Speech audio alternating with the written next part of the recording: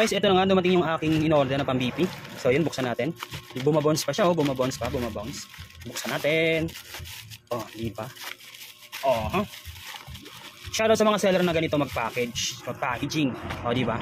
Ganito yung bubble wrap, ganito yung totoong tinatawag na bubble wrap, di ba? Oh, yan, buksan natin. Yun. Oh, di ba? Naka-fix. Ang hirap alisin. Yan. Ito na yung order natin na electronic arm sphygmomanometer. O, di ba? Ito, buksan natin. Check out na kayo nito dyan sa yellow basket sa baba. Para hindi na kayo pumupunta sa barangay hall, sa clinic para magpa-check ng BP. BP stands for blood pressure. Yun. Para lang sa mga hindi nakakaalam. So, yun. Meron tong kasamang ano tawag dito? Connector. Papasok nyo yan dito sa sa port. Yun. At hindi po ito rechargeable ha. Pag gagamitin, pwede nyo itong isaksak kung walang battery. Yan, may kasama na itong battery. Yan, 4 na battery. Kapag wala dito nakalagay na battery, pwede nyo gamitin. Ito, kuha lang kayo ng adapter, saksak nyo sa outlet, yun, gagana na siya. Tapos, meron din ng kasamang manual. Yan, ayan yung manual. Bahala na kayo magbasa yan. Tapos tuturuan ko kayo kung paano to gamitin. Yan ha.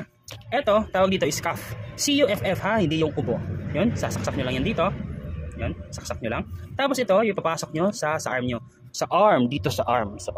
Ha? Hindi ko na ipapakita kasi nasa likod yun ng camera. Yun, papasok nyo lang dito sa may, sa may lusutan. Dito nyo ilulusot yung kamay nyo, papunta sa braso nyo. Diba? Tapos yung pag napasok nyo na, dapat yung middle finger nyo is napapasok pa ha. Dapat napapasok pa yung middle finger nyo. Huwag masyadong mahigpit ha. Yun, ilalagay ko na. So yun, pakalagay nyo. Ganito lang, napakadaling gamitin. Itong nakikita nyo nakasulat dito is yung plastic cover yan. Hindi ko pa kasi siya tinatanggal eh.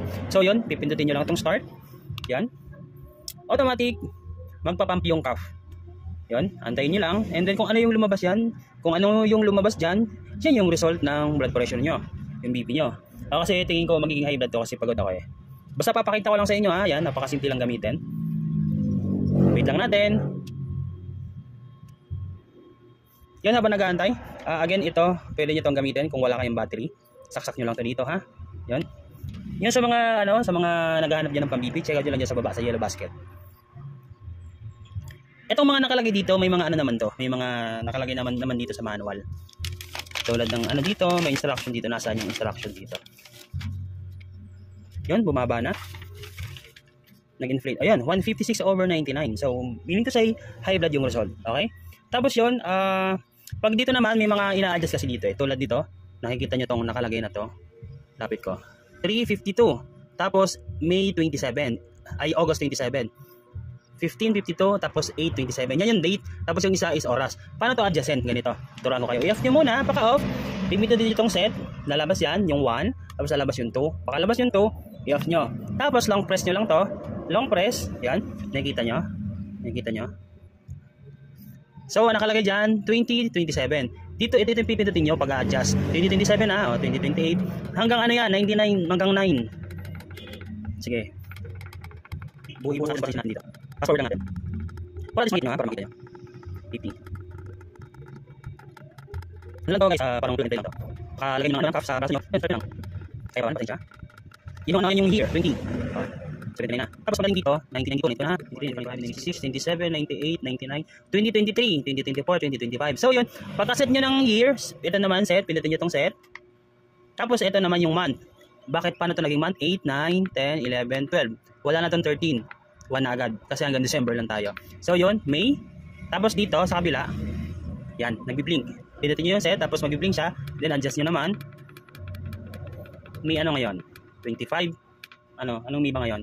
Tingnan natin dito sa May 17, 12, 13, 14, 15, 16. Yan, ayun, nalampas. Okay, let's say 17 yan. Tapos, ito naman sa oras, 3. Naka-military clock to guys ha, naka-military, bahala na kayo mag-adjust. Tapos yon 52, adjust nyo lang. Ito yung minutes, yung 2 is hour. Kunyari, alas 2 ng umaga. 56, 59, 0 na. Okay, pag 2 o'clock. Pag all set na yan guys, i-off yan, off lang. Tapos, pag gusto niyo makita yung history nung last yung na BP, tulad nung aking kanina, is 159 ba yun? Wala, teka lang.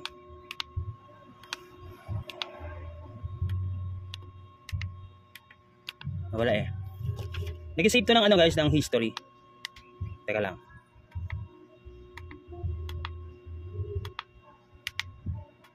Yon, lumabas yung history. Yung sa akin kanina is nasa 156 siya, di ba? 156.